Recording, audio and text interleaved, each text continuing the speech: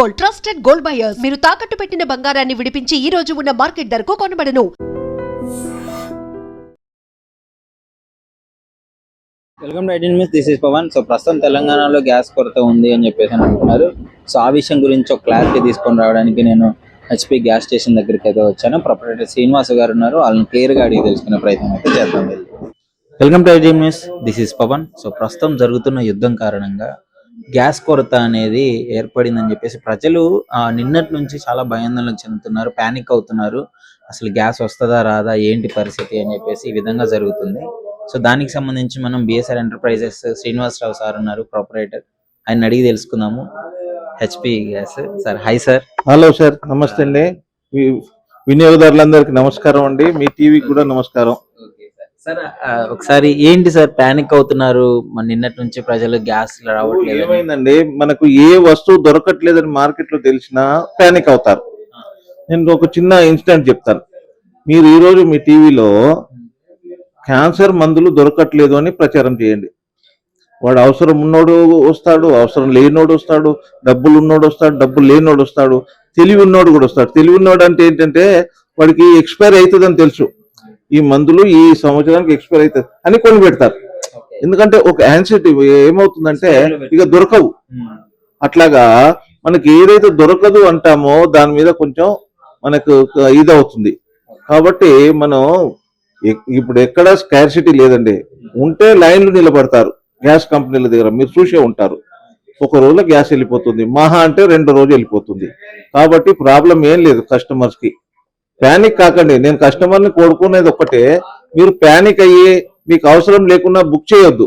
Book చేస్తే ఏమవుతుంది, నా మనిషి వచ్చినప్పుడు మీ దగ్గర ఎంటీ సిలిండర్ ఉండట్లా. ఎంటీ సిలిండర్ లేకుంటే ఒక 10-20 నిమిషాలు లేట్ అవుతుంది, ఇంకో సిలిండర్ డెలివరీ చేయడానికి కష్టం అవుతుంది. కాబట్టి మీరు సిలిండర్ రాగానే తీసుకునేదట్టే ఉండాలా. మీరు బుక్ చేసుకుంటే మీకు గ్యాస్ సిలిండర్ అయిపోయినాకనే బుక్ చేయండి. ఒక్క రోజులో మీకు గ్యాస్ వస్తుంది, లేదంటే 2 రోజులలో వస్తుంది.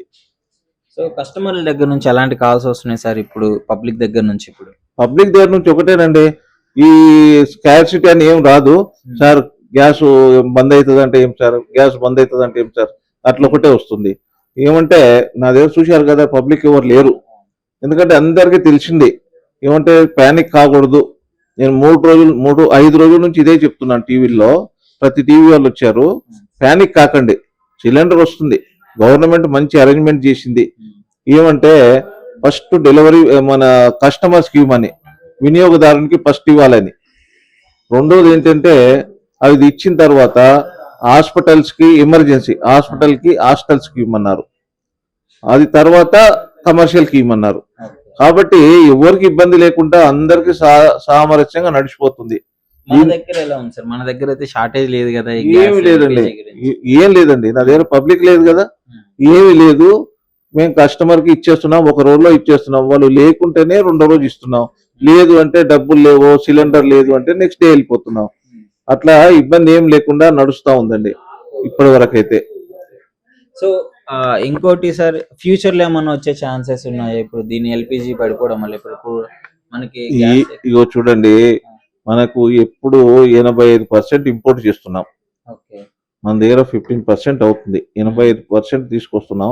గవర్నమెంట్ కూడా ఏం చెప్తుందంటే, ఇప్పుడు ఎక్కడైతే మనకు వార్ అవుతుందో అక్కడ నుంచి ఓన్లీ 20% 40% వస్తుంది, మిగిలింది అయితే బయటకు వెళ్ళి వస్తుంది అంటున్నారు.